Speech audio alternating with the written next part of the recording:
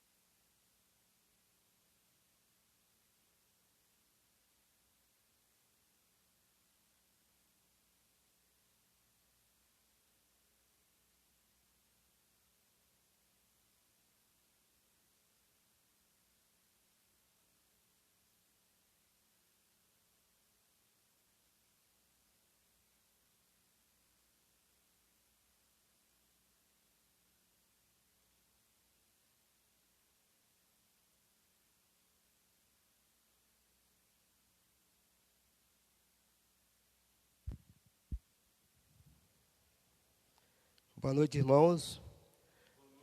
Graça e paz a todos, a paz do nosso Senhor Jesus Cristo. Que o Senhor Jesus esteja nessa noite falando ao nosso coração, aqueles que estão presentes aqui, aqueles que estão em casa assistindo o culto via internet, que Deus possa abençoar a sua casa também.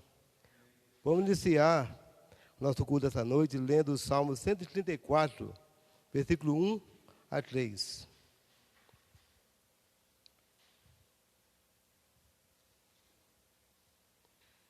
Salmo 134, 1 a 3. Convocação ao culto vespertino. Leiamos. Bendizei ao Senhor, vós todos servos do Senhor, que assistis na casa do Senhor, nas horas da noite. Erguei as mãos para o santuário e bendizei ao Senhor. De Sião te abençoe o Senhor, Criador do céu e da terra. Eu gostaria de pedir nesse momento do irmão Paulo, que estivesse fazendo oração de louvor e adoração ao nosso Deus, que usasse o microfone ali, a sua.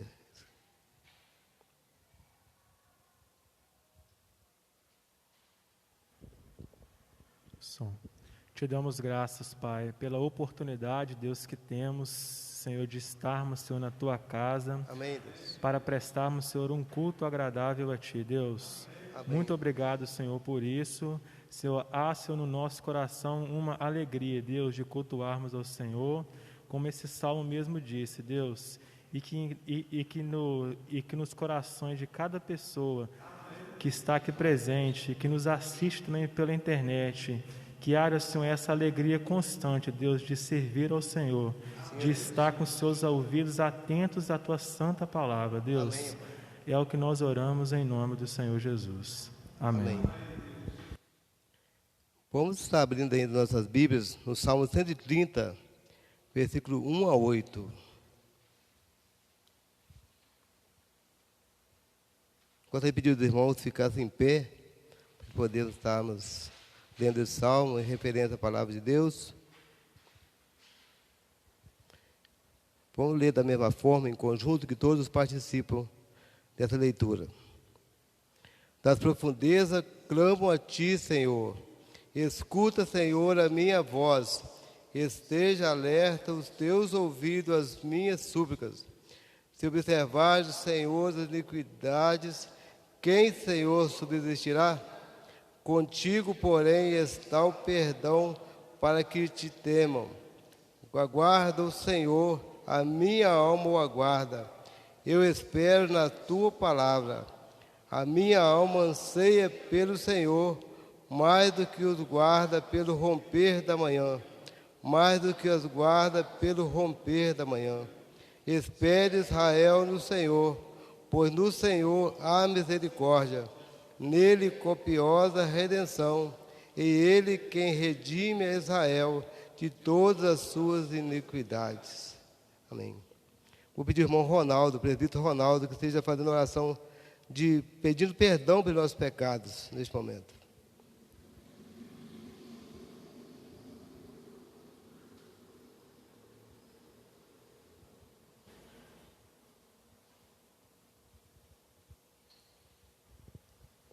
Oremos.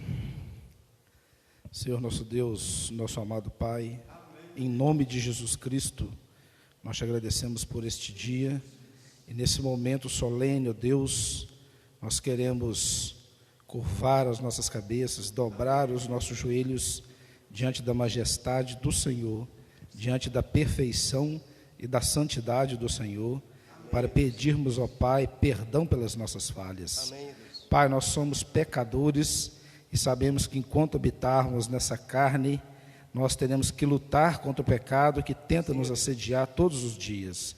Pedimos perdão, ó Pai, pelos nossos pecados individuais. Pedimos perdão pelos pecados cometidos pela sua igreja, que é santa, mas que nós, homens e mulheres que a compomos, cometemos erros, cometemos pecados. Pedimos que o Senhor tenha misericórdia do teu povo, e que, ó Pai, a tua mão poderosa, misericordiosa, possa estar, ó Pai, invadindo os nossos corações nesse momento e abençoando a continuidade da nossa vida. Esse é o nosso desejo, a nossa oração, clamando a Ti, em nome de Jesus. Amém. Os irmãos podem sentar.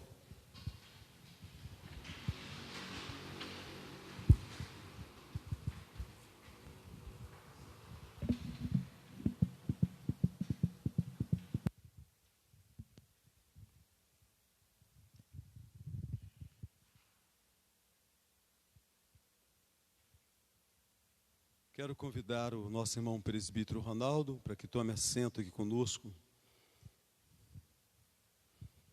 Meus irmãos, como é bom nós estarmos reunidos para o louvor do nome do nosso Deus. Eu gostaria de estar passando a vocês algumas informações, alguns avisos. Nós estamos retornando gradualmente às atividades de culto. O mundo já tem procurado voltar às atividades normais. Não faz sentido que a igreja ela demore tanto assim no retorno às atividades de culto. Então nós queremos estar convidando os irmãos, membros da igreja, para que estejam participando das atividades. Lembrando que se porventura acontecer de que o número de pessoas para o culto ultrapasse o limite permitido no templo, então nós vamos ter mais de um horário para a realização do culto. Os bancos estão obedecendo o distanciamento. O que nós sempre pedimos é que os irmãos mantenham em cada banco, um numa ponta e o outro na outra. Que os irmãos estejam dentro do templo fazendo uso da máscara. Quem está ministrando aqui à frente poderá ficar sem a máscara, mas estamos numa distância muito segura de todos vocês. Então vamos observar essas orientações para que nós tenhamos o culto sempre tranquilo, sem aborrecimento, sem que alguém se sinta prejudicado e sem que haja prejuízo para a igreja. Porque se nós não nos comportarmos adequadamente e, de repente, por um descuido, o diácono não perceber, nós poderemos ser até chamados a atenção no caso de uma fiscalização. Seria muito vergonhoso para a igreja. Então, só observarmos esses cuidados, né? Os bancos, cada um numa ponta, usando máscara dentro do templo, evitando os cumprimentos. Lembrando que nós estamos voltando à atividade de culto, irmãos. Ninguém é obrigado a vir para o culto. Ninguém tem que amarrar uma corda no pescoço ou um gancho no nariz ou na orelha para puxar ninguém para o culto, para o templo. Nós estamos voltando, a vida ela vai continuar, normal. E se a sua vida com Deus você deixar fraquejar agora, você corre um risco muito sério. Porque é fato, irmãos, nós estamos em isolamento absoluto, a não ser aquelas pessoas que têm tido necessidade. A gente vai à rua, a gente vai aos bancos, a gente vai aos mercados, a gente faz caminhada. Não estamos naquele isolamento que impeça alguém de estar presente no templo. Então, sempre convidando aos irmãos, se você não tem impedimento de saúde, o lugar ideal para o crente, quanto mais no dia do Senhor, é no templo. A não ser que você esteja com sintomas de uma gripe, com sintomas parecidos com esses que têm aqueles infectados pelo Covid-19. Mas, caso contrário, não faz sentido que a vida lá fora esteja normal para você, trabalhando, passeando, caminhando, festejando, e na igreja você com medo de pegar coronavírus. Então presta atenção, fica ligado acerca dessas coisas. Essa próxima semana, terça e quinta, nós ainda teremos o culto só online e pelo aplicativo.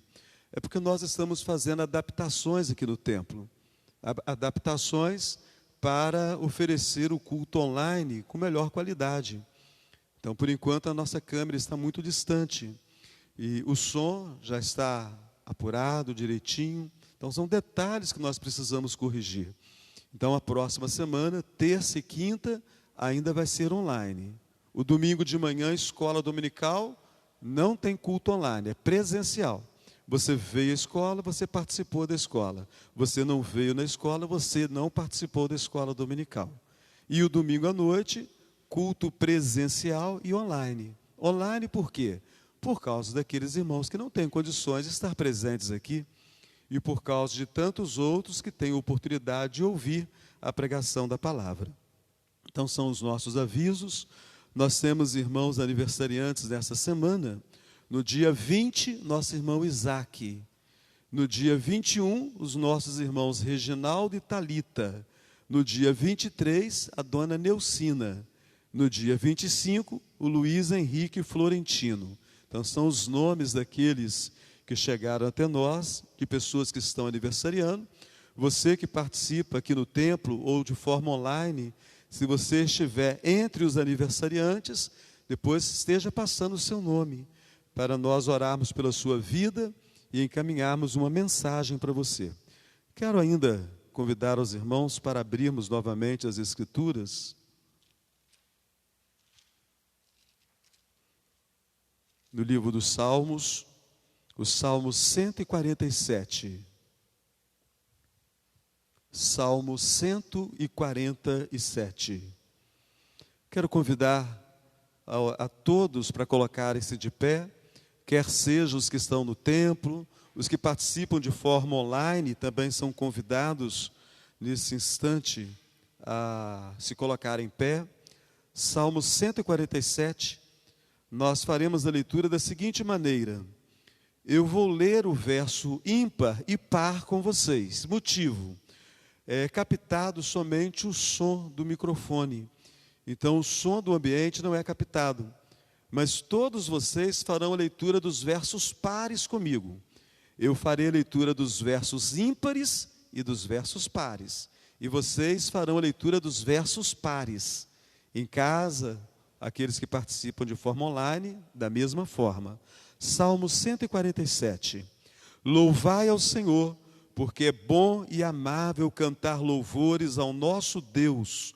Fica-lhe bem o cântico de louvor. O Senhor edifica Jerusalém e congrega os dispersos de Israel. Sara os de coração quebrantado e lhes pensa as feridas.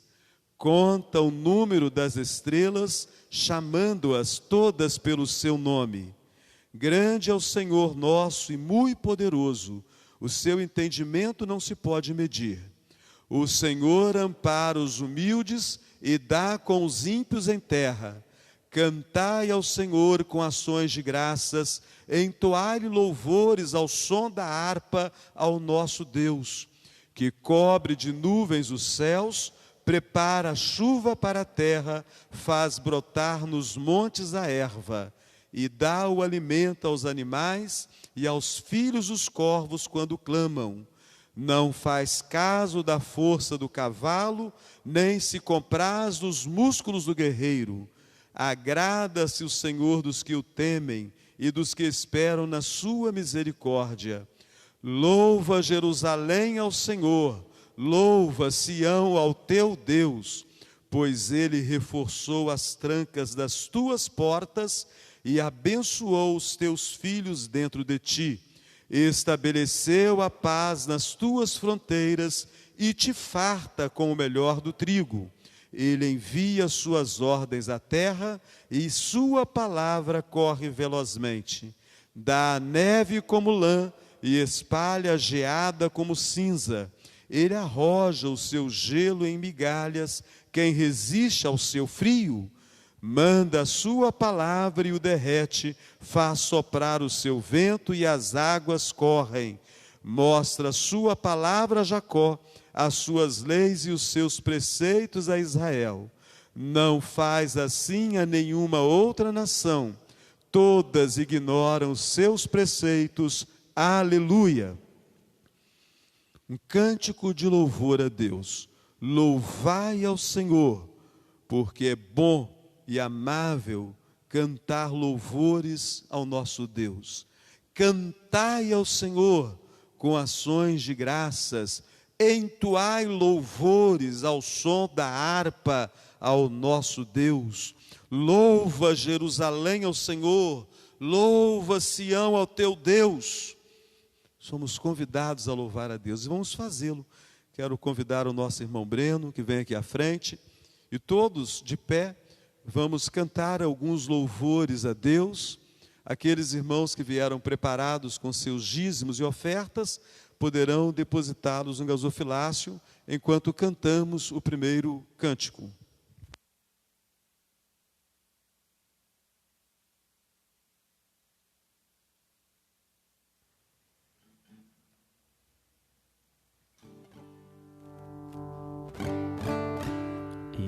Boa noite, irmãos. Vamos estar louvando o nome do Senhor.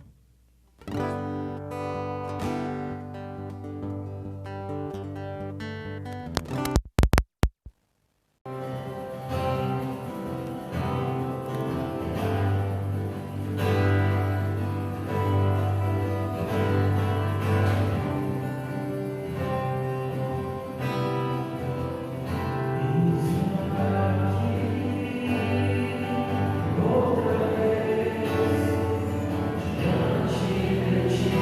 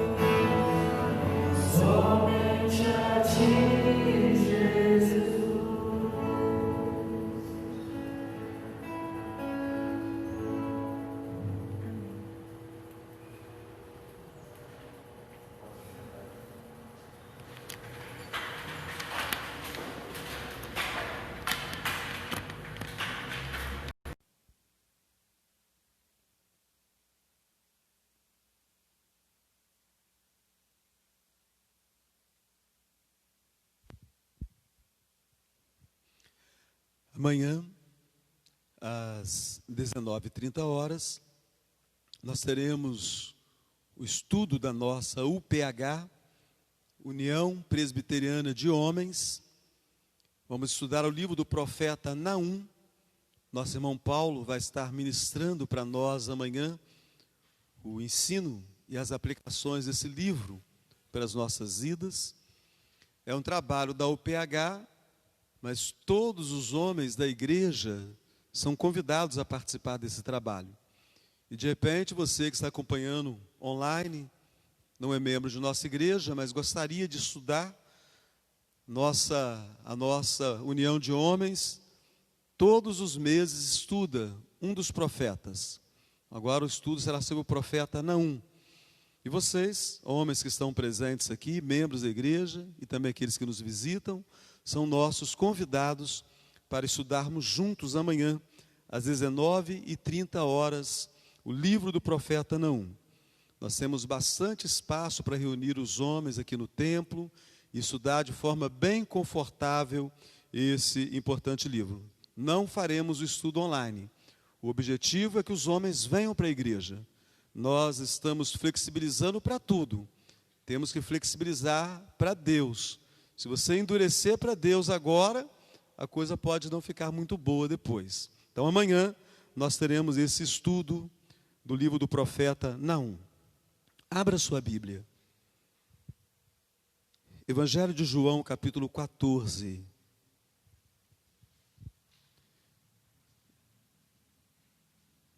Meus irmãos, nós estamos diante de um texto maravilhoso.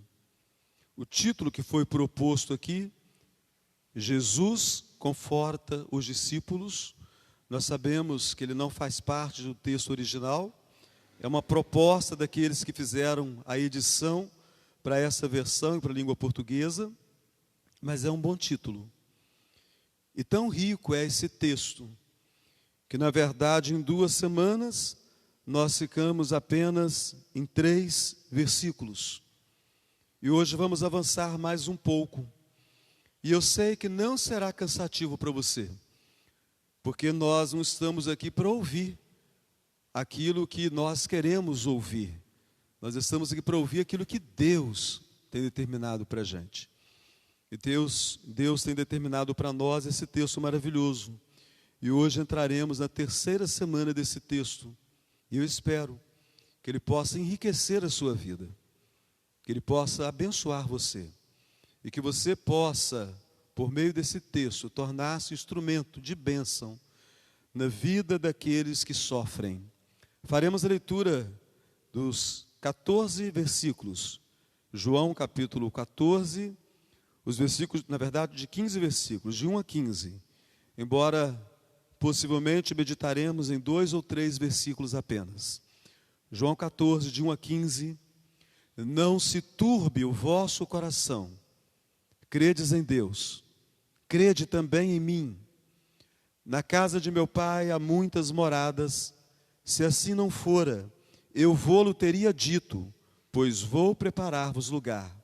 E quando eu for e vos preparar lugar, voltarei e vos receberei para mim mesmo, para que onde eu estou, estejais vós também. E vós sabeis o caminho para onde eu vou. Disse-lhe Tomé: Senhor, não sabemos para onde vais? Como saber o caminho? Respondeu-lhe Jesus: Eu sou o caminho, e a verdade, e a vida. Ninguém vem ao Pai, senão por mim. Se vós me tivesseis conhecido, conheceríeis também a meu Pai, desde agora o conheceis e o tendes visto. Replicou-lhe Filipe: Senhor, mostra-nos o Pai, e isso nos basta. Disse-lhe Jesus: Filipe, há tanto tempo estou convosco, e não me tens conhecido. Quem me vê a mim, vê o Pai. Como dizes tu, mostra-nos o Pai? Não crês que eu estou no Pai e que o Pai está em mim? As palavras que eu vos digo, não as digo por mim mesmo, mas o Pai que permanece em mim, faz as suas obras. Crede-me que eu estou no Pai, e o Pai em mim. Crede ao menos por causa das mesmas obras. Em verdade vos digo, que aquele que crê em mim, fará também as obras que eu faço, e outras maiores fará, porque eu vou para junto do Pai, e tudo quanto pedirdes em meu nome, isso farei, a fim de que o Pai seja glorificado no Filho. Se me pedirdes alguma coisa em meu nome, eu farei. Se me amais, guardareis os meus mandamentos.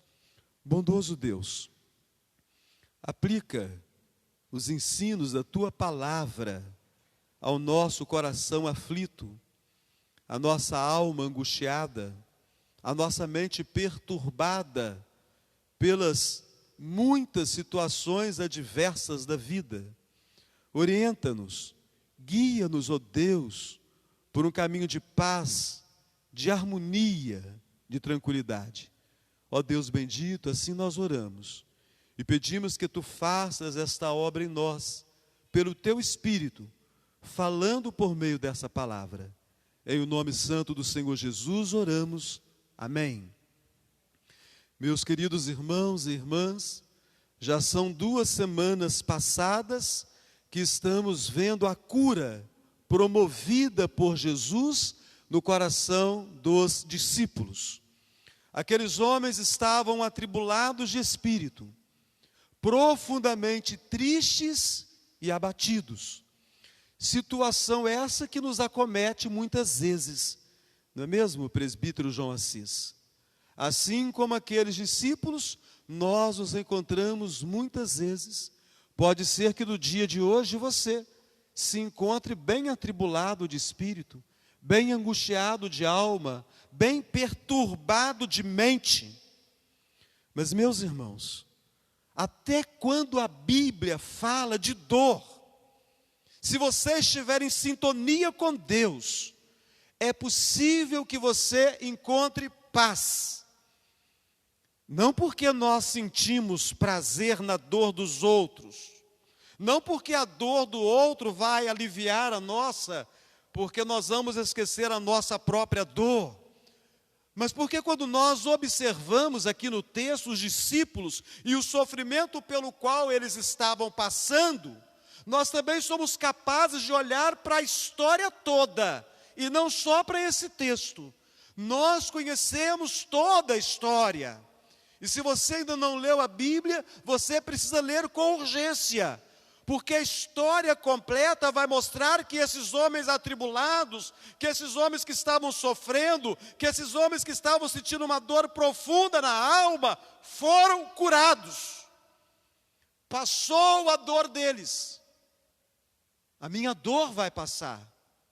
A sua dor há de passar também. Eles superaram as aflições que eles enfrentaram.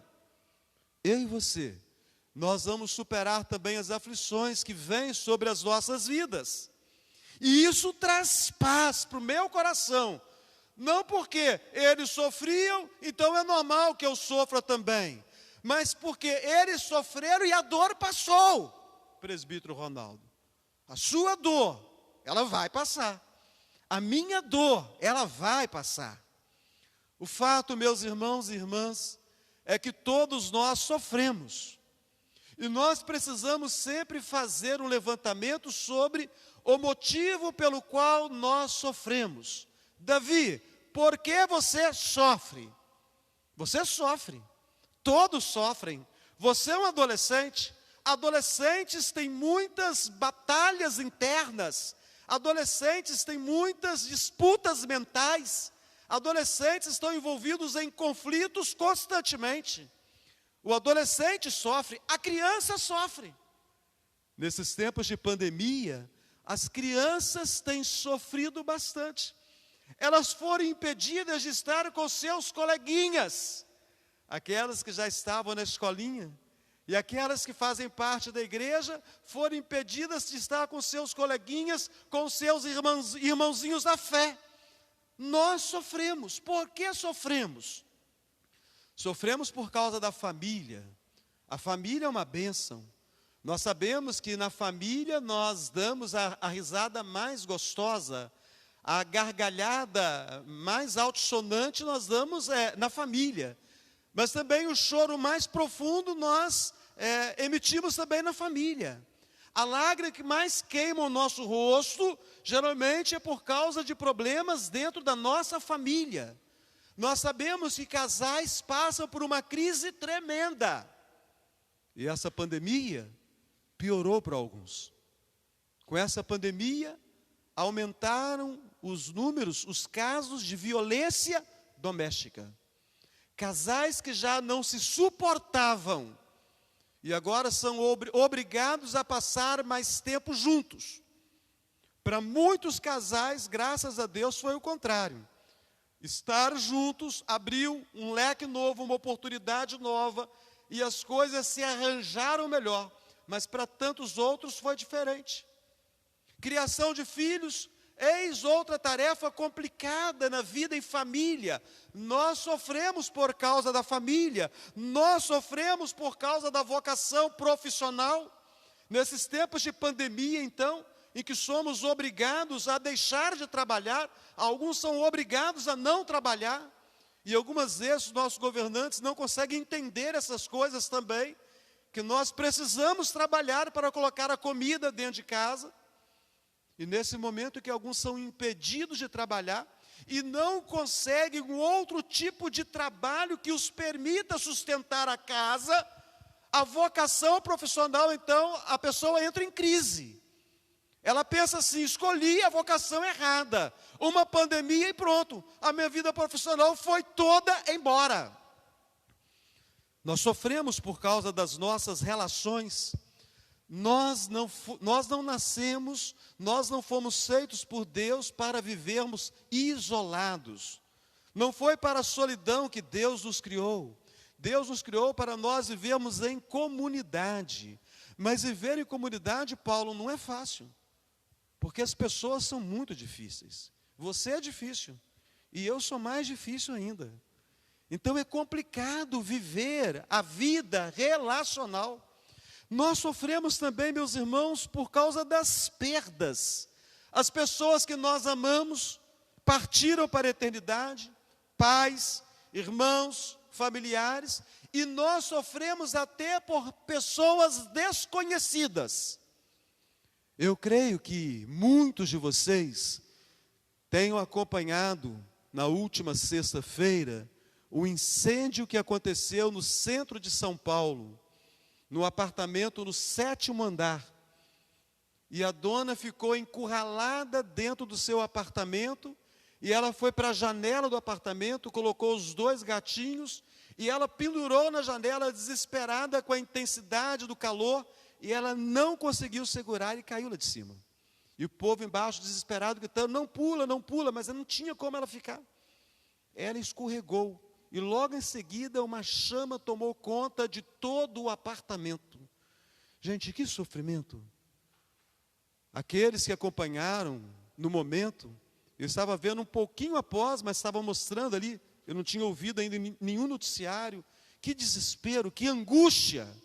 Nós sofremos por pessoas que nós não conhecemos, porque sabemos que a dor delas é uma dor real. E essa dor pode alcançar a nós ou algum conhecido nosso. Nós sofremos quando ouvimos falar que alguém morreu vítima de uma violência. Há poucos dias, talvez um mês, o caso Júlia abalou o Brasil inteiro. Uma moça fazendo a caminhada e de repente ela encontrou no caminho com um predador sexual, um maníaco. E ela foi assassinada. Nós sofremos quando sabemos que alguém está com um diagnóstico de câncer. Nós sofremos quando sabemos que alguém está com um diagnóstico de coronavírus. Nós sofremos mais ainda quando sabemos que alguém morre dessas enfermidades. Alguns casos, essas enfermidades acompanham um certo sofrimento para a vítima, para a pessoa, para a família, para os amigos. Mas, meus irmãos, o maior sofrimento é aquele que nós temos em relação às coisas espirituais. Todas essas coisas mexem muito conosco, com as nossas emoções, descompassam o nosso coração, afligem a nossa alma, perturbam a nossa mente, mas nada há que traga maior perturbação, maior dano, do que as questões de ordem espiritual. Então nós sofremos por causa da nossa fé, nós sofremos por causa do pecado que nos assedia. Eu tenho certeza que todos nós fazemos ecoar o mesmo sentimento de Paulo, por causa do pecado. Paulo registra na carta aos Romanos a dor dele de não conseguir viver no padrão que agrada a Deus, de não ser de fato um homem segundo o coração de Deus. Ele relata o seu sofrimento na sua carta aos Romanos, quando ele diz: porque não faço o bem que prefiro, mas o mal que não quero, esse faço. Então, ao querer fazer o bem, encontro a lei de que o mal reside em mim. Não é exatamente o que experimentamos dia a dia. Possivelmente eu e você experimentamos isso hoje, querer fazer o bem e de repente se ver cedendo para o mal. Eu quero fazer o bem, eu oro, e cânticos vêm em minha mente para fortalecer a minha fé, mas de repente eu cedo ao pecado e eu faço mal, e o que resta para mim é o mesmo pranto, é o mesmo clamor, é o mesmo grito que houve em Paulo: desventurado homem que sou, quem poderá me livrar do corpo desta morte? Nós sofremos por causa do pecado. Para acalmar o coração aflito dos discípulos, o Senhor Jesus começou o processo de uma cura espiritual profunda na vida deles. Primeiro, Jesus disse para eles: não tenham medo, não se turbe o vosso coração, ou seja, não tenham medo. E depois Jesus mostrou para eles 3 razões pelas quais eles poderiam ficar mais firmes diante das revelações que eles tinham recebido. 3 revelações que os abalaram bastante. Havia um traidor no meio deles, e esse o nome não foi revelado. Um deles iria negar e foi revelado, era Pedro, o líder deles. E Jesus estava partindo. O Messias tão esperado estava indo embora. Então, esses 3 eventos desencadearam uma desarmonia emocional e espiritual profunda no coração, na alma e na mente daqueles homens. Então, Jesus manda que eles fiquem em paz, Jesus mostra os motivos para que eles se fortalecessem, mas a fé deles estava muito fragilizada, assim como fica a minha fé e a sua. Mesmo conhecendo esse texto, esses 3 versículos tão profundos, com mensagem tão maravilhosa, ainda assim a nossa fé está fragilizada muitas vezes.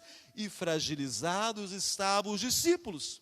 E tão fragilizados eles estavam, que essas falas não foram suficientes. Essas falas não permitiram que eles se acalmassem o suficiente para não se esquecer de tudo quanto Deus já havia feito na história deles. Eles se esqueceram de todos os feitos gloriosos de Deus. Eles esqueceram de tudo aquilo que Deus já havia feito com eles e que no passado havia trazido muita paz a eles. E que no passado havia concedido a eles um caminho vitorioso. Mas a aflição era tão grande que na mente deles apagou-se totalmente todos os feitos de Deus. E eu tenho essa experiência. E eu sei que você tem essa experiência também. Quantos anos nós temos caminhado a vida cristã? Quantas experiências com Deus nós já tivemos no passado? Quantas adversidades, quantas tribulações, quantas aflições nós passamos e nós vencemos. Deus se manifestou de forma natural e de forma sobrenatural muitas vezes em nossa caminhada. Mas, no entanto, nesse momento, no dia de hoje, no dia da dor, no dia da dificuldade, a nossa mente não consegue trazer à lembrança aqueles feitos gloriosos de Deus e nós nos apegamos à dor novamente. Então agora Jesus vai restaurar o conhecimento que eles já tinham acerca dele, mas que estava obscurecido por aquele momento de tribulação. E pode ser, meus irmãos e irmãs, que seja justamente isso que se faça necessário para mim e para você essa noite, termos restaurada a nossa mente sobre de fato quem é Jesus e sobre tudo quanto Jesus tem feito em nossa vida ao longo da nossa caminhada. Jesus agora vai começar a processar uma cura na mente dos seus discípulos, porque a mente estava obscurecida. Eles não conseguiam trazer à lembrança mais os feitos de Deus. E pode ser que os dias que nós vivemos sejam tão sombrios que até um versículo bíblico você não consiga lembrar. E você tem que pegar a Bíblia para tentar achar alguma coisa, e está arriscado você ler, mas você não entender, como aquelas multidões que Jesus falava. Eles ouviam, mas eles não entendiam nada, porque o sofrimento tem esse poder de obscurecer a nossa mente acerca das coisas de Deus. Preste atenção nesse diálogo, é um diálogo muito interessante, esse dos versículos 4 a 6. E vós sabeis o caminho para onde eu vou. Disse-lhe Tomé: Senhor, não sabemos para onde vais. Como saber o caminho? Respondeu-lhe Jesus: Eu sou o caminho, e a verdade e a vida. Ninguém vem ao Pai senão por mim. Se vós me tivesseis conhecido, conheceríeis também a meu Pai. Desde agora o conheceis e o tendes visto. Jesus começa a despertar a mente obscurecida dos seus discípulos. A conversa, na verdade, parece até uma contradição. Jesus fala: e vós sabeis o caminho para onde eu vou. O Walter lê esse texto, então o Walter tem em mente que Jesus está consciente de que está falando alguma coisa que é do conhecimento dos discípulos. A leitura do texto é muito clara. Jesus está afirmando: e vós sabeis o caminho para onde eu vou. Será que de fato sabiam os discípulos o caminho para onde ia Jesus? Se soubessem, a resposta de Tomé, ela haveria de ser esta que ele deu: Senhor, não sabemos para onde vais, como saber o caminho? Jesus ensinou os discípulos por aproximadamente 3 anos. Por 3 anos, eles aprenderam acerca do reino de Deus. Por 3 anos, eles aprenderam acerca da unidade do Filho com o Pai, a unidade de Jesus com o Pai. Por cerca de 3 anos, eles aprenderam a necessidade de crer em Jesus para ter a vida eterna. Eles, pelo menos, deveriam ter uma pista do que Jesus estava falando para eles. A palavra de Jesus foi dirigida a todos eles, e a resposta de Tomé foi a resposta de todos. naquele momento, Tomé se tornou o representante de todos. Ele se tornou o porta-voz de todos naquele momento, quando ele respondeu: Senhor, não sabemos para onde vais, como saber o caminho? Os discípulos não tinham ideia do que Jesus estava falando. O que teria acontecido? Será que Jesus havia avaliado mal os discípulos? Será que o discipulado de Jesus foi fraco? Jesus não se empenhou o suficiente? Será que Jesus deixou algumas doutrinas pendentes na pressa do discipulado para que se tornassem membros da igreja? Ele apressou muito e eles não entenderam. Será que foi esse o problema? Será que foi essa a questão? Meus irmãos, Jesus não fez uma avaliação errada dos discípulos, tanto quanto não fez uma avaliação errada da vida da Araceli. Tanto quanto não fez uma avaliação errada da vida do nosso irmão Rafael e da sua esposa Júlia. Meus irmãos, o que aconteceu com eles tão somente é que a dor era muito intensa. E o tempo inteiro nos evangelhos, especialmente no evangelho de João, nós vamos encontrar os discípulos confusos acerca das coisas espirituais. Nós vamos encontrar os discípulos com dificuldade para entender o que Jesus estava falando. Vez por outra: Senhor, explica-nos a parábola. Eles não entendem muitas vezes o que Jesus está falando. Então, meus irmãos, tudo isso é resultado daquilo que Isaías havia dito. O pecado faz separação entre nós e o nosso Deus, de maneira que nós não conseguimos entender plenamente os seus feitos gloriosos, a sua ação providencial, a sua graça, a sua misericórdia e a sua promessa de esperança para nós. O nosso problema é o pecado. O pecado em nós apaga as lembranças do que precisamos para encontrar forças nos tempos de tribulação. O que nós temos aqui não é uma demonstração do fraco discipulado de Jesus, não é uma demonstração de uma avaliação equivocada de Jesus em relação aos discípulos. O que nós temos aqui é uma provocação. Eu venho para o culto para adorar a Deus e para ser provocado pelo Espírito de Deus, para entender a palavra de Deus. Jesus estava provocando uma situação daquilo que viria em seguida. O versículo 6, respondeu-lhes Jesus: eu sou o caminho e a verdade e a vida. Ninguém vem ao Pai senão por mim.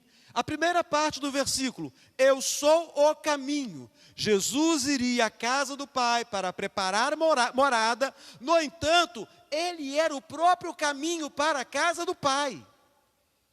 Eu sou a verdade. Jesus era a perfeita revelação de Deus e de como o mundo caído precisava chegar-se a Deus.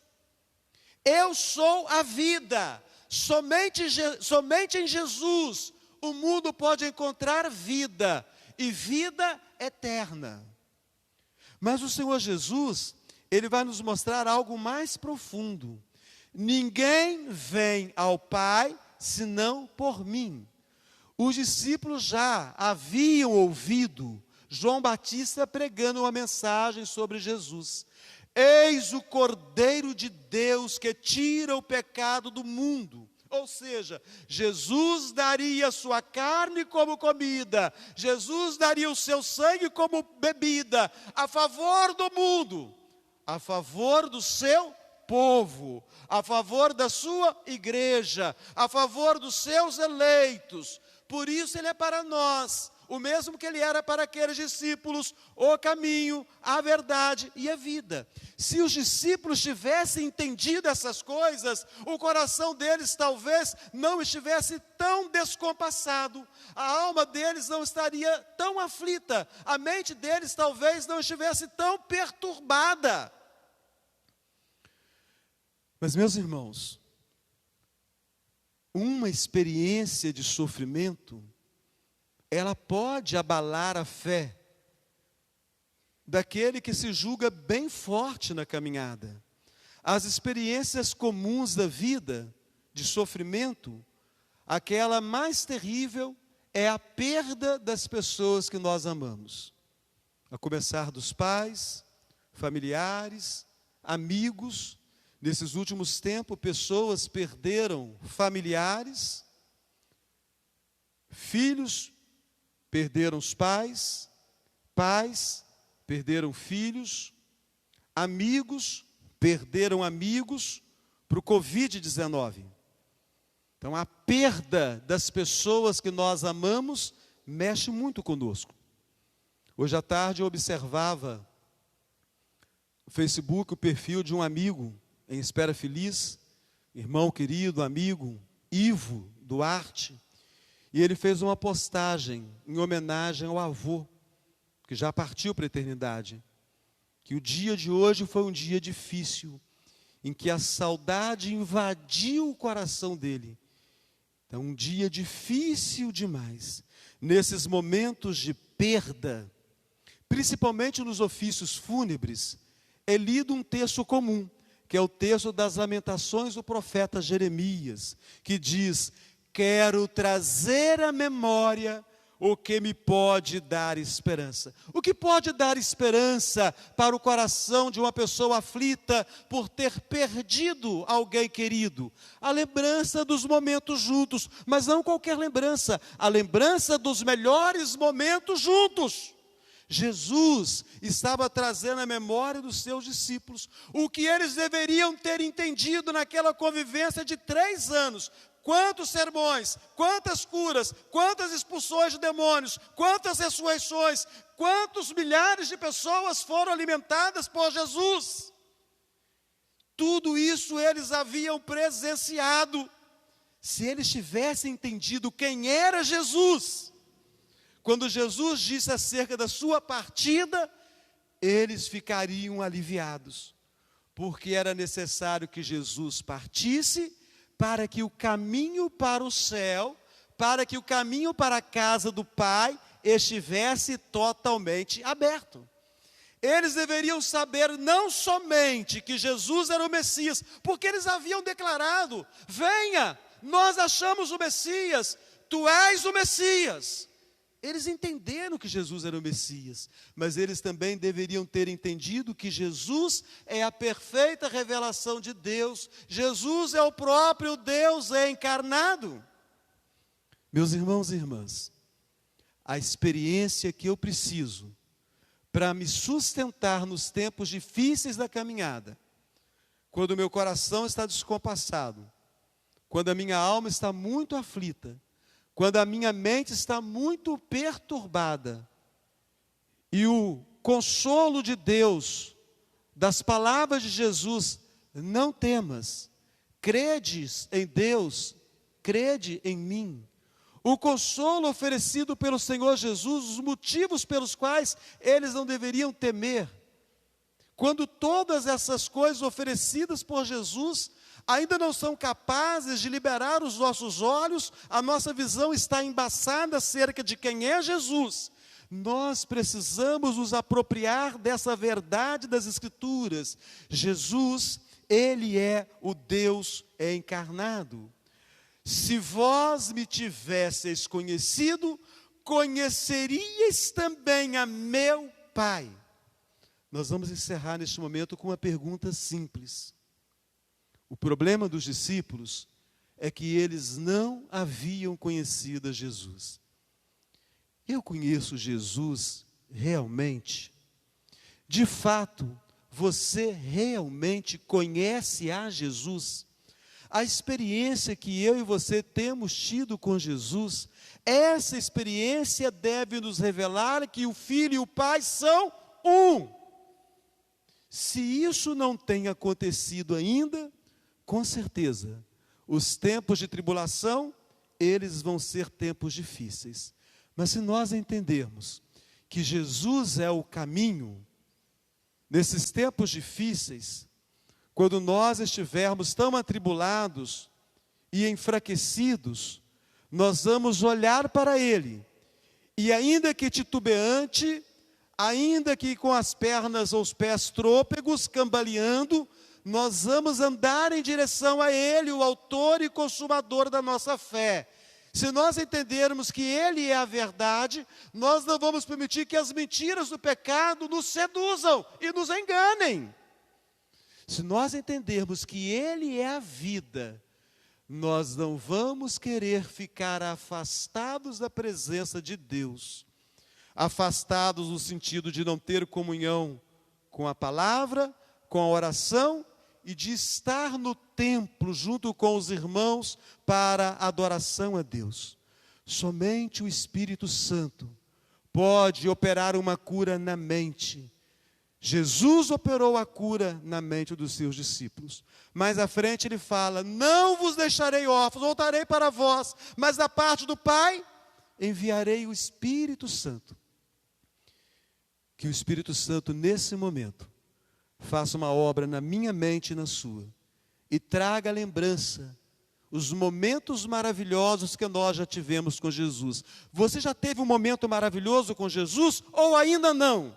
Se você ainda não teve um momento maravilhoso com Jesus, então você precisa ser convertido, você precisa ser rendido a Cristo. Mas se você já teve um momento maravilhoso com o Senhor Jesus, o Espírito Santo poderá trazer a lembrança quem é Jesus na sua vida e tudo quanto Jesus fez na sua vida. Ele vai promover a cura da sua mente. Os seus olhos vão poder ver claramente, os seus ouvidos vão entender claramente as Escrituras. Abaixa a cabeça, feche os olhos e vamos orar. Bondoso Deus, maravilhoso é o Senhor. A Tua palavra nos mostra estes homens tão extraordinários, os discípulos da intimidade, passando por uma tempestade nunca experimentada em toda a caminhada. E Jesus começa a trabalhar a cura na mente, no coração e no espírito daqueles homens. Ó Deus, opere assim também em nós. Hoje, por meio do Espírito, nós não fomos deixados órfãos, o Espírito Santo habita em nós, o Pai, o Filho, o Espírito, o mesmo Deus, digno da mesma honra, da mesma glória, do mesmo louvor.